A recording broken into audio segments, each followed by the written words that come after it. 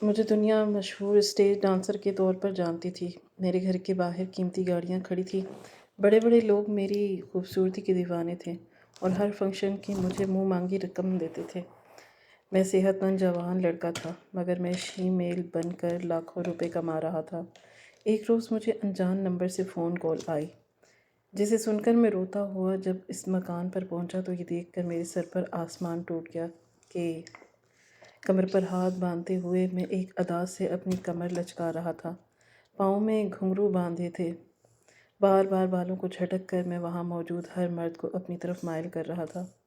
مجھے معلوم تھا کہ یہ غلط ہے، میں شیمیل نہیں ہوں، میں دوسروں کا حق کھا رہا ہوں، لیکن جب سے میں نے یہ پیشہ اختیار کیا تھا میری زندگی تبدیل ہو گئی تھی۔ میں نیوٹن میں کھیلنے لگ گیا تھا۔ ایک مشہور ڈانسر کے طور پر لوگ مجھے جاننا شروع ہو گئے تھے۔ میرے بڑے بنگلے کے سامنے روز نئی نئی گاڑیاں کھڑی ہو رہتی تھی تاکہ میری ایک پرفارمنس کی بکنگ ہو سکے۔ میں کسی بھی شادی میں جا کر گھنٹوں ناچتا تھا، بس میری پرفارمنس آدھا گھنٹہ یا 15 منٹ ہی ہو، اور اس درمیان میں اتنا پیسہ کما لیتا تھا کہ جو آج کے مشہور ڈانسر بھی نہیں کما پاتے تھے۔ ابھی میں نے اپنی گردن کو لچک دے کر ہاتھ پر کیا ہی تھا کہ جب اچانک مجھے اپنے وجود پر کسی کی نظریں محسوس ہوئیں۔ یہ نظریں مجھے اپنے وجود کے آر پار محسوس ہو رہی تھیں۔ حالانکہ مجھے معلوم تھا کہ یہاں پر بیٹھا ہوا ہر شخص مجھے غلیظ نظروں سے ہی دیکھ رہا ہے، لیکن ایک عجیب سی بے چینی ہوئی تھی۔ میں نے چاروں طرف بغور دیکھا تھا، لیکن ایسا کوئی بھی نہیں تھا کہ جس سے میں آشنا ہوں۔ میں اپنا سر جھٹک کر دوبارہ اپنی کمر کو باہر نکال کر لچکانے لگا تھا۔ گانے کے ہر اسٹیپ پر میں اتنی بہترین پرفارمنس دے رہا تھا کہ وہاں موجود ہر شخص کی نظریں مجھ پر ٹکی ہوئی تھی۔ کوئی بھی پلک تک جھپکا نہیں پا رہا تھا۔ میری سختی سے تمام لوگوں کو انسٹرکشن تھی کہ کوئی بھی میرے قریب نہیں آئے گا اور نہ ہی مجھے ہاتھ لگائے گا۔ میری یہ بات کئی لوگ نہیں مانتے تھے، کئی لوگ جذباتی ہو کر میرے قریب آتے تھے، لیکن میرے گارڈز انہیں فوراً ہی روک دیتے تھے۔ میں کئی بار مجمع کے قریب بھی گیا تاکہ دیکھ سکوں کہ مجھے ایسی بے چینی کیوں ہو رہی ہے، ایسی کون سی نظریں ہیں جو مجھے عجیب کیفیت میں مبتلا کر رہی تھیں۔ تھوڑی ہی دیر گزری تھی کہ جب میرا وقت مکمل ہو گیا تھا، مگر میں نے ایک بار پھر اشارے سے میوزک آن کرنے کا بولا تھا۔ ایسا تاریخ میں پہلی بار ہو رہا تھا کہ میں کسی پرفارمنس کے درمیان سے جانا ہی نہیں چاہتا تھا۔ مجمع میں شور مچ گیا تھا، سب لوگ کھڑے ہو کر تالیاں پیٹنے لگے۔ وہاں کا مالک بھی کافی خوش نظر آ رہا تھا۔ اس نے بے اختیار مجھ پر 500 کی گھڑیاں نچھاور کر دیں، جبکہ میں کسی اور مقصد سے ٹھہرا تھا۔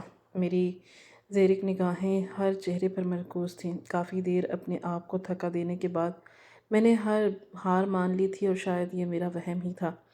یہاں پر ایسا کوئی بھی نہیں تھا جو مجھے جانتا ہو۔ گاڑی میں بیٹھتے وقت بھی میں بار بار مڑ کر اس ڈسٹیشن کو دیکھ رہا تھا۔ میرے ساتھ موجود میری ایک ساتھی بولی کہ کیا ہوا، کیا مسئلہ ہے، تم بار بار مڑ رہی ہو، کوئی پسند آ گیا ہے کیا؟ میں نے سر کو نفی میں ہلایا تھا۔ اب بھلا میں اسے کیا ہی بتاتا کہ ایک لمبی مسافت طے کر کے ہم گھر پہنچ گئے تھے۔ میری ساتھی اپنی کوارٹر میں چلی گئی، جبکہ میں اپنے بنگلے کے عالیشان کمرے کی طرف بڑھ گیا۔ کمرے میں پہنچتے پہنچتے میں اپنی وگ ہاتھوں میں لگے ہوئے ناخنوں، چہرے پر لگا ہوا میک اپ صاف کرتا جا رہا تھا۔ جویلری اتار کر بھی میں نے راستے میں ہی پھینک دی تھی۔ میرے ملازمین پیچھے سے ان تمام چیزوں کو اکٹھا کیے میرے پیچھے پیچھے ہی آ رہے تھے۔ یہاں پر کام کرنے والے کو معلوم تھا کہ میں شیمیل نہیں ہوں، بلکہ ایک ہٹا کٹا صحت مند مکمل مرد ہوں، لیکن زبان کھولنے کی کسی ایک کو بھی اجازت نہیں تھی۔ سب کو ان کی مرضی کے مطابق پیسہ مل رہا تھا، بھلا وہ کیوں کچھ کہتے اور اپنی نوکری گنواتے۔ کمرے میں آ کر میں بستر پر چت لیٹ گیا۔ میرے ملازمین سامان رکھ کر کمرے سے چلے گئے تھے۔ میری آنکھیں چھت پر لگی ہوئی تھیں، اور میری زندگی نے جس طرح پلٹا کھایا تھا یہ میں اور میرا رب جانتے ہیں۔ میری آنکھوں کے سامنے میری زندگی کے وہ دردناک لمحے گردش کرنے لگے تھے جس کے بارے میں تصور بھی کرنا گناہ سمجھتا تھا۔ ابھی کچھ دیر ہی گزری تھی کہ جب اچانک میرا موبائل بجا تھا۔ میں نے کروٹ موڑ کر موبائل کی طرف دیکھا تو انجان نمبر تھا۔ میں نے موبائل پرے پھینک دیا۔ مجھے معلوم تھا یا کسی دل پھینک عاشق کا فون ہوگا جو میرے ساتھ رات گزارنے کا خواہش مند ہوگا۔ پھر کچھ ہی دیر گزری تھی کہ جب موبائل دوبارہ بجنے لگا، میں نے غصے میں آ کر موبائل زور سے دیوار پر دے مارا۔ نہ جانے کیوں اس فنکشن سے آ کر مجھے بالکل سکون نہیں مل رہا تھا۔ کچھ تھا جو پیچھے چھوٹ رہا تھا۔ میں کچھ دیر آیا تھا لیکن لمحے میں سب کچھ اوجھل ہو گیا۔ میں چاہ کر بھی اس چیز یا اس انسان کو پکڑ نہیں پایا تھا جس کی موجودگی نے مجھے وہاں بے چین کر دیا تھا۔ تھوڑی دیر بعد میں لڑکھڑاتے قدموں سے اٹھا تھا اور الماری کی طرف بڑھ گیا۔ میرا ارادہ اب کچھ دیر اپنے وجود کو سن کر رکھا تھا۔ میں نے اندر رکھی ہوئی اس سفید پڑیا کو نکالا تھا اور خاموشی سے ٹیبل کے پاس زمین پر بیٹھ گیا۔ زندگی اتنی بھی آسان نہیں تھی جتنی ہم سمجھتے ہیں۔ اگر انسان کے پاس دولت آ جائے تو وہ یقیناً کسی نہ کسی چیز میں ضرور ملوث ہو جاتا ہے۔ میرے ساتھ بھی کچھ ایسا ہی تھا۔ میں اب اپنے شغل میں مصروف ہو گیا تھا۔ جیسے ہی پہلی خوراک میرے اندر سمائی میرا دماغ سن ہو رہا تھا۔ آنکھیں لال ہو گئی تھیں اور مجھے ڈاکٹر نے ڈرگز لینے سے سختی سے منع کیا، مگر جب بھی مجھے کسی چیز سے پریشانی ہوتی تھی میں خود کو راحت اسی چیز سے پہنچاتا تھا۔ کافی دیر ڈرگز لینے کے بعد وہیں چھت پر لیٹ گیا تھا اور کب گہری نیند میں پڑ گیا مجھے کچھ علم نہیں تھا۔ میری آنکھیں اگلی صبح دوپہر میں ہی کھلی تھیں۔ چند لمحے مجھے کچھ سمجھ ہی نہیں آیا، لیکن جیسے جیسے دماغ بیدار ہوا میں فوراً ہی اٹھ گیا۔ میں نے چاروں طرف نظر دوڑائی۔ میں اس وقت اپنے بستر پر تھا۔ یقیناً میرے ملازمین نے ہی مجھے یہاں منتقل کیا تھا۔ مجھے پچھتاوا ہونے لگا تھا کہ ڈاکٹر نے مجھے پہلی بار ہی منع کیا تھا کہ حد سے زیادہ ہیوی ڈوز نہ لیتا، جس کی وجہ سے بھی شخص میرے ایک بھی چیز آگے پیچھے نہیں کر سکتا تھا، اور کچھ چیزوں کی وجہ سے میں پریشان بھی رہتا تھا۔ اس وجہ سے بھی مجھے اپنے گھر پر نظر رکھنی پڑتی تھی۔ میں بنا کچھ بھی کہے واش روم کی طرف بڑھ گیا۔ آج بھی میرا فنکشن تھا اور مجھے ہر حال میں جانا تھا۔ طبیعت خراب ہو یا اچھی کلائنٹ کو میں کسی قیمت پر منع نہیں کر سکتا تھا۔ واش روم جا کر میں ٹھنڈے پانی کے شاور لیا اور نیچے کھڑا ہو گیا۔ کل رات کی بے چینی میری سمجھ سے باہر تھی۔ خود کو پرسکون میں کر کے میں باہر آیا تو میری میک اپ آرٹسٹ آ چکی تھی۔ آتے ساتھ ہی اس نے مجھے سلام کیا اور میرے لیے کرسی گھسیٹ دی، جبکہ میں اسے ہاتھ کے اشارے سے ٹھہرنے کا بول کر ایک طرف بیٹھ گیا۔ اپنا موبائل چاروں طرف تلاش کیا تو میری نظر بے اختیار زمین پر پڑے موبائل پر گئی تھی۔ میں فوراً اس طرف بڑھ گیا، لیکن موبائل کی حالت ایسی تھی کہ اسے ہاتھ میں بھی مشکل لیا جا سکتا تھا۔ وہ چکنا چور ہو گیا تھا۔ میں نے فوراً ہی اپنے مینیجر کو کال کی تھی تاکہ وہ ایک فون لا کر دے سکے۔ تھوڑی ہی دیر بعد وہ ڈبہ پیک آئی فون لا چکا تھا۔ اس میں سم وغیرہ ڈال کر میں نے آن کیا تو کئی میسیجز آئے ہوئے تھے، اور میسیج بھی صرف ایک نمبر سے تھے: رملہ، مجھ سے ایک دفعہ ملاقات کر لو، مجھے تمہیں کچھ بتانا ہے، ایک بہت ضروری بات، میری بات سنو، میرا موبائل چھننے والا ہے، میری کال ریسیو کر لو، ہم بہت مشکل میں ہیں، تمہاری مدد چاہیے۔ جبکہ میں حیران ہوا تھا کہ بھلا یہ کس قسم کے میسیجز ہیں۔ میں نے فوراً ہی اس نمبر پر فون کیا، لیکن دوسری طرف سے موبائل بند جا رہا تھا۔ کیا واقعی اس آدمی کو میری مدد کی ضرورت تھی؟ یہ بات طے تھی کہ یہ شخص مجھے کسی اسٹیج شو سے ہی جانتا تھا۔ میں نے اپنا سر جھٹک دیا، شاید کوئی پرینک کر رہا تھا، لیکن اس کا موبائل بند ہونا اس بات کی علامت تھی کہ وہ درست فرما رہا تھا۔ میرا موبائل چھننے والا ہے اور میں مصیبت میں ہوں، میری مدد کرو۔ یہ باتیں معمولی نہیں تھیں، مجھے واقعی اب بے چینی ہونے لگی تھی۔ یہ کیا ہو رہا تھا؟ میری سمجھ سے باہر تھا۔ جو برائی رات سے پر آئی تھی اور یہ میں اور میرے رب جانتے ہیں۔ میں اپنا سر جھٹک کر میک اپ آرٹسٹ کے سامنے بیٹھ گیا تھا۔ وہ اب مہارت سے مجھے سنوارنا شروع ہو گئی تھی۔ اس نے پہلے میری وگ درست کر کے میرے بالوں کو بہترین انداز میں ڈھالا تھا، اور پھر میرے چہرے کے پتھریلے پن کو چھپایا، اور اتنا بہترین فاؤنڈیشن استعمال کرتی تھی کہ کوئی پکڑ ہی نہیں پاتا تھا یہ مردانہ جلد ہے یا عورت کی جلد ہے۔ تھوڑی ہی دیر میں اس نے میرا میک اپ شروع کر لیا۔ میں اپنی آنکھیں بند کیے گہری سوچ میں گم تھا۔ میں شروع سے امیر نہیں تھا۔ جب سے میں نے یہ پیشہ اختیار کیا تھا تب سے ہی میرے پاس مال آنا شروع ہوا۔ بچپن سے میری بہت خواہش تھی کہ میں تھیٹر کروں، اپنا نام فلم میں بناؤں، ڈرامہ انڈسٹری میں جاؤں۔ مجھے ہر قسم کا کام آتا تھا، ڈانس، ایکٹنگ، ماڈلنگ۔ لیکن جب میں نے اپنا کیریئر شروع کیا، پہلی ہی بار جو واقعہ میرے ساتھ پیش آیا تھا اس نے میری پوری زندگی بدل دی تھی۔ میں کہیں کا نہیں رہا تھا۔ بچپن سے ہی میں بہت خوبصورت تھا اور میری جلد ملائم تھی، گورا چٹا رنگ، میری داڑھی بھی نہیں آئی تھی، اس لیے لوگ مجھے کافی پسند کرتے تھے۔ ہم کافی غریب لوگ تھے۔ بابا ایک معمولی سموسہ کی ریہڑی لگاتے تھے۔ مجھے اس میں انٹرسٹ بہت تھا، اس لیے میں ہر قسم کے معاملات رکھتا تھا۔ میرا ارادہ چھوٹے موٹے رول سے ہی آغاز کرنے کا تھا، لیکن جب میں آڈیشن دینے کے لیے گیا، پروڈیوسر نے مجھے فوراً ہی ہائر کر لیا۔ وہاں پر جو دو ڈائریکٹر منع کر رہے تھے کہ ابھی اس کا کوئی کام نہیں ہے، یہ کس رول میں فٹ ہوگا، کوئی معمولی رول بھی نہیں ہے، مگر پروڈیوسر نے صاف کہہ دیا تھا کہ اگر میرے ڈرامے میں یہ نہ ہوا تو میں یہ ڈرامہ آپ دونوں کے ساتھ بھی سائن نہیں کروں گا۔ ان کی بات میری سمجھ سے باہر تھی۔ یہ شخص مجھ پر اتنا مہربان کیوں رہا؟ فی الحال میں خوشی خوشی گھر لوٹ آیا۔ انہوں نے آتے وقت مجھے 5,000 کے 3 نوٹ دیے تھے۔ بہت عرصے بعد میں نے 5,000 کا نوٹ دیکھا تھا، ورنہ بابا کی کمائی تو محض 2 یا 3,000 تک تھی۔ یہ بھی میں بہت زیادہ بول رہا ہوں، اس سے بہت کم ہوتی تھی۔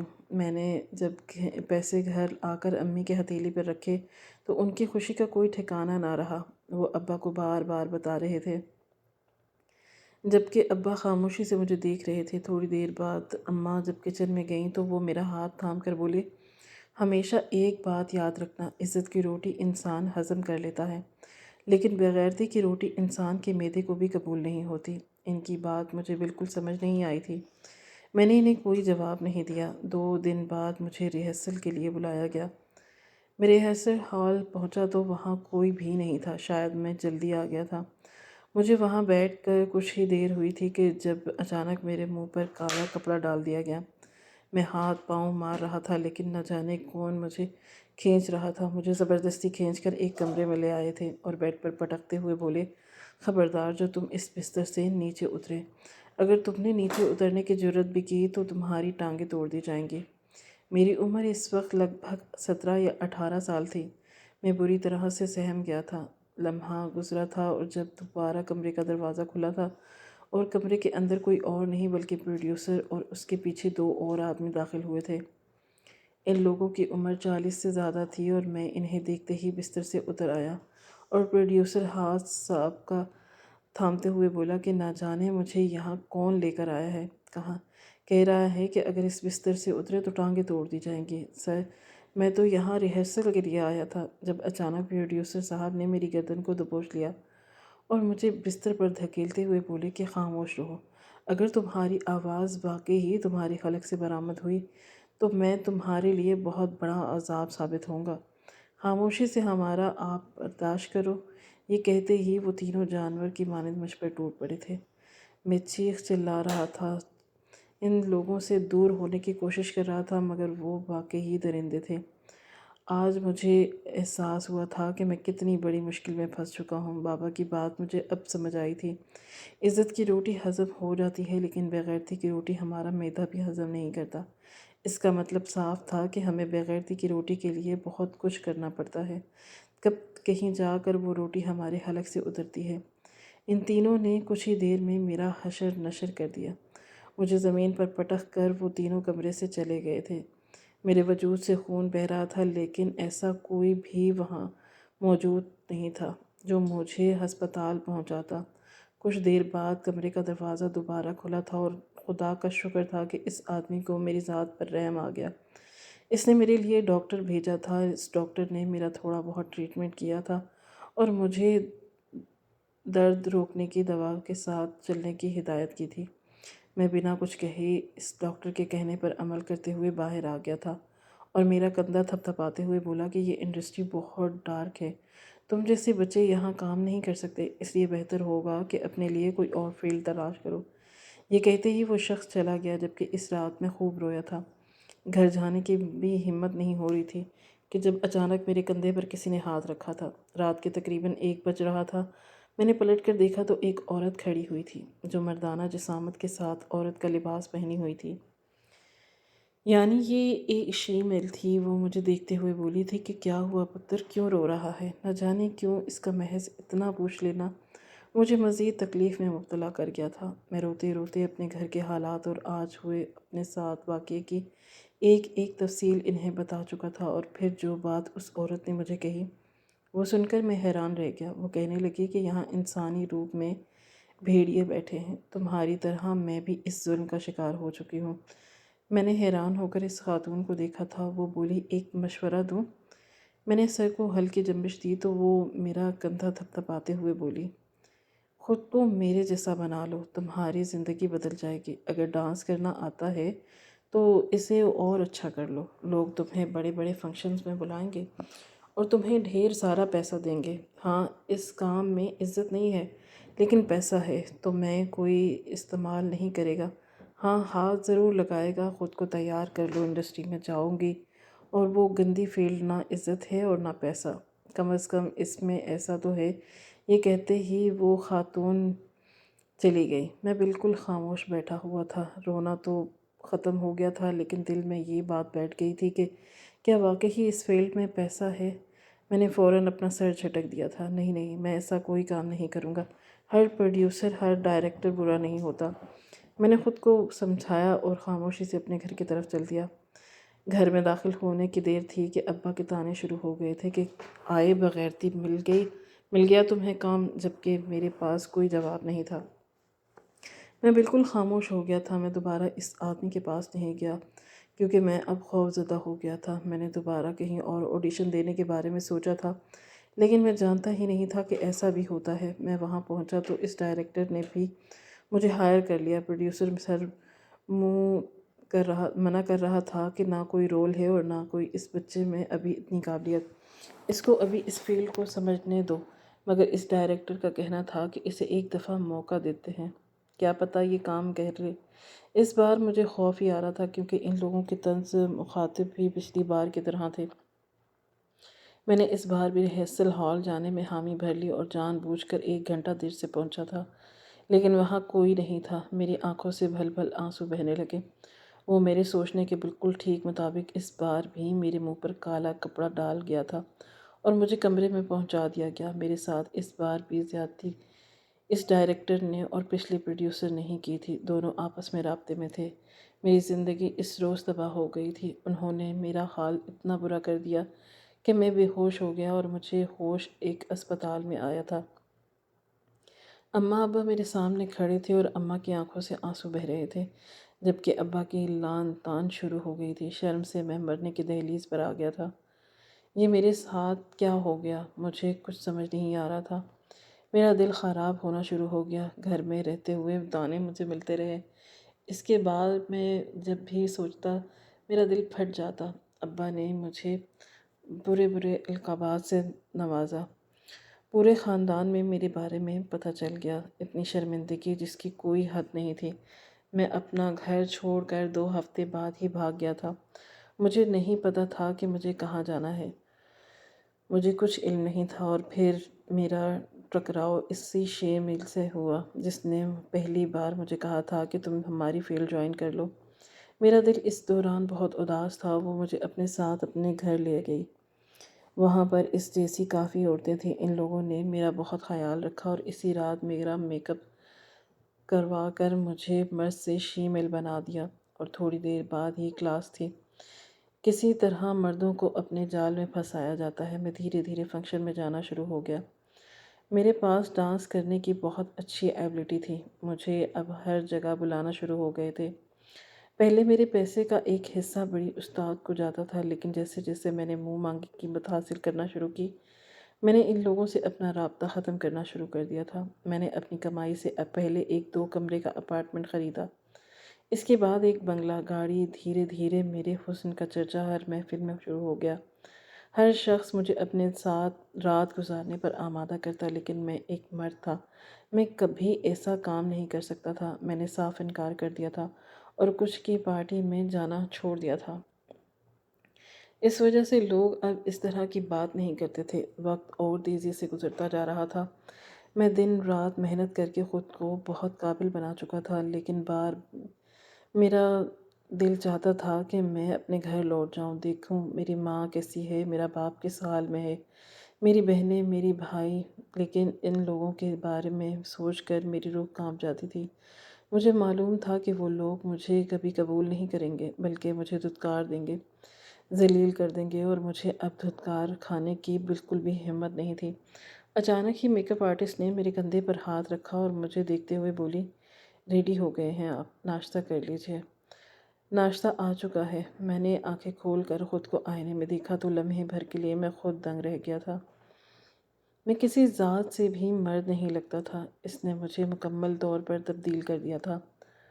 ناشتہ وغیرہ کر کے میں اپنا ڈیسٹینیشن کے لیے نکل گیا۔ آج میرا دل بہت بوجھل ہو رہا تھا اور ایسا کیوں تھا میں نہیں جانتا تھا۔ وہاں پہنچ کر تھوڑی دیر کے بعد ہی مجھے اسٹیج پر بلایا گیا۔ میرے محض دو چار سٹیپ نے ہی اسٹیج پر آگ لگا دی۔ ہر طرف شور ہی شور ہو گیا، ہر طرف سے رملا رملا کی آوازیں آ گئی۔ میں اپنے چہرے پر ایک فریب مسکراہٹ سجائے ہر ایک کو اپنی اداؤں کے جال میں جھانسا پھنسا رہا تھا، جب اچانک مجھے ایک بار پھر وہی نظریں اپنے وجود پر محسوس ہوئی تھیں۔ میں نے چاروں طرف ڈانس کرتے کرتے نظر دوڑائی تھی، لیکن وہاں ایسا کوئی بھی نہیں تھا جسے میں جانتا ہوں۔ پھر ایسا کیوں ہو رہا تھا لگاتار؟ آج ایسا دوسرا دن تھا۔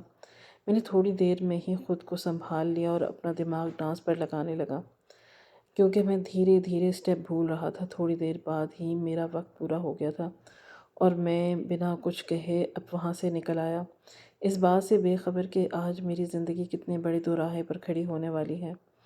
ابھی مجھے کچھ گھر پہنچے کچھ دیر ہی ہوئی تھی کہ جب اچانک میرا موبائل فون رنگ ہوا۔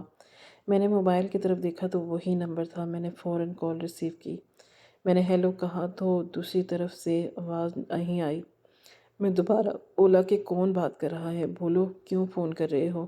کیا مدد چاہیے؟ میں تمہاری مدد کرتا ہوں۔ پیسے چاہیے یا پھر کچھ اور لیکن جواب نہیں آیا۔ کال چل رہی تھی۔ نہ جانے کیوں مجھے اب گھبراہٹ ہونے لگی تھی۔ میں نے فوراً کال کو بند کر دیا۔ یہ کیسے وہم تھے جو مجھے اب ہو رہے تھے؟ فنکشن میں اب بے چینی ہونا اور اب ان فون کال کا آنا، کچھ تو گڑبڑ تھی۔ کیا کوئی اپنا مجھے پہچان گیا تھا؟ یہ سوچ کر ہی میرے ماتھے پر پسینہ پھوٹ پڑا۔ میرے موبائل پر ایک بار پھر کال آئی تھی۔ میں نے اس بار سیکنڈ میں ہی کال ریسیو کر لی تھی اور میں ہیلو کہتا اس سے پہلے ہی ایک روتی ہوئی آواز میرے کان کے پردوں سے ٹکرائی تھی۔ لوٹ آؤ نہیں تو سب برباد ہو جائے گا، تم واپس آ جاؤ۔ اور اس آواز کو سن کر میرا دل پھٹ گیا تھا، کیونکہ یہ آواز کسی اور کی نہیں بلکہ میری اپنی ہی ماں کی تھی۔ میں نے فوراً موبائل ایک طرف پھینکا اور جلدی سے کپڑے وغیرہ تبدیل کیے تھے۔ میں دوبارہ فون کر کے ان سے ایڈریس لینا چاہتا تھا، لیکن پھر میرا دماغ میں صرف ایک خیال آیا۔ بابا کے پاس اتنے پیسے نہیں تھے کہ وہ کسی دوسری جگہ پر گھر لیتے یا پھر کرائے پر جاتے۔ میں نے اپنے گھر کا ہی راستہ لیا۔ میری آنکھوں میں بار بار آنسو آ رہے تھے۔ میری ماں نے فون کیا تھا، وہ مجھے بلا رہی تھی۔ ان 5 سالوں میں صرف ایک کال کا ہی تو مجھے انتظار تھا۔ ایک لمبی مسافت طے کر کے میں اپنے محلے پہنچا تھا۔ رات ہونے کی وجہ سے ہر طرف اندھیرے کا بسیرا تھا۔ گاڑی میرے گھر کے سامنے رکی، لیکن باہر مجمع جمع تھا۔ لمحے بھر کے لیے میں سانس لینا بھول گیا۔ میں بھاگ کر اندر گیا، لیکن سامنے کا منظر دیکھ کر میں اپنے پورے وجود کے ساتھ زمین بوس ہو گیا۔ برآمدے میں میرے ابا کا جنازہ رکھا ہوا تھا۔ ان کا جسم کافی کمزور ہو گیا تھا۔ گھر کی حالت بتا رہی تھی کہ یہاں پر رہنے والوں نے مفلسی کے دن کاٹے ہیں۔ میں کچھ کہتا یا سمجھتا اس سے پہلے ہی ماں آ کر میرے سینے سے لگ گئی اور روتے ہوئے بولی کہ کاشف سب ختم ہو گیا تھا تو اب آ رہے ہو؟ تمہارے باپ مر گیا، وہ بھوک سے لرز لرز کر مر گیا۔ اس کے پاس کچھ نہیں بچا۔ ہم نے بہت کوشش کی لیکن کوئی ہمارا نہیں تھا۔ دیکھو یہ کیا ہو گیا، تمہارے بابا چلے گئے جبکہ میں ایسا ہو گیا تھا کہ جسے کاٹو تو بدن میں لہو نہیں۔ ان کی تدفین کے انتظامات میں نے مکمل کروائے تھے۔ میرا چھوٹا بھائی اور ایک مجھ سے بڑا بھائی بابا کو چھوڑ کر چلے گئے تھے۔ میری بہنوں کی شادیاں ہو چکی تھیں اور ان کی شادیاں بھی کوئی امیر گھرانے میں نہیں تھیں، بلکہ بہت ہی غریب گھروں میں ہوئی تھی۔ صرف ایک میری بوڑھی ماں تھی جسے میں اپنے سینے سے لگائے اپنے ساتھ اپنے محل نما گھر لے آیا۔ وہ بہت حیران ہوئی تھی کہ یہ سب کیا ہے۔ میں نے انہیں تمام حقیقت بتا دی۔ جب اماں کا ری ایکشن بہت عجیب تھا۔ انہوں نے صاف کہہ دیا تھا کہ اگر یہی کام جاری رکھا تو مجھے کسی اولڈ ایج ہوم میں چھوڑ آنا، کیونکہ میں اس گھر میں نہیں رہ سکتی۔ جو دھوکے دے کر تم شیمیل نہیں ہو، تم مرد ہو، اور یہ گناہ یا ناچ گانا دوسروں کو اپنی طرف مائل کرنا۔ ان کی بات درست تھی۔ اس کام سے بھی میں کچھ خاص خوش نہیں تھا۔ میرے پاس اب اتنا پیسہ آ ہی چکا تھا کہ میں خود کے بل بوتے پر کوئی کاروبار کر لیتا۔ میں نے اپنا اچھا خاصا پیسہ کاروبار میں لگا دیا تھا اور اپنی زندگی کو ایک بار پھر شروع کیا تھا۔ کسی کو نہیں پتہ تھا کہ میں رملہ کے پیچھے کاشف ہوں، اسی لیے میری پہچان چھپ گئی تھی۔ ہر طرف رملہ کے چرچے ہونے لگے، لیکن میرے اسٹاف نے کبھی منہ نہیں کھولا۔ ابا کی بات آج بھی مجھے یاد ہے کہ سہم جاتا ہے، عزت کی روٹی انسان ہضم کر سکتا ہے، لیکن بغیرتی کی روٹی ہمارا معدہ بھی ہضم نہیں کرتا، وہ اگل دیتا ہے۔ جتنی بے سکونی کے دن میں نے گزارنے تھے میں جانتا تھا، لیکن اب میں عزت کی کھا رہا ہوں۔ میری ماں کا کہنا ہے کہ وہ میری شادی کروائے گی، اور میں نے بھی کوئی اعتراض نہیں جتایا کیونکہ میں ان کا بیٹا ہوں اور وہ مجھ پر مکمل حق رکھتی ہیں۔ ناظرین، آپ کو آج کی کہانی کیسی لگی؟ کامنٹ باکس میں اپنی رائے کا اظہار ضرور کریں۔ خواہش صرف اتنی ہے کہ کچھ الفاظ لکھوں جس سے کوئی گمراہی کے راستے پر جاتے جاتے رک جائے، اور نہ بھی رکے تو سوچ میں ضرور پڑ جائے۔ دوستوں، امید کرتی ہوں کہ آپ کو یہ کہانی پسند آئی ہوگی۔ کہانی پسند آئی ہو تو ویڈیو کو لائک کریں، کامنٹ کریں، شیئر کرنا بالکل بھی نہ بھولیں۔ اور ہاں، اگر آپ اس چینل پر نئے ہوں تو اس چینل کو سبسکرائب کریں اور نوٹیفیکیشن کو ضرور دبائیں تاکہ آنے والی کہانی سب سے پہلے آپ کو مل سکے۔ ملتے ہیں کل ایک نئی اور دلچسپ کہانی کے ساتھ۔ اللہ حافظ۔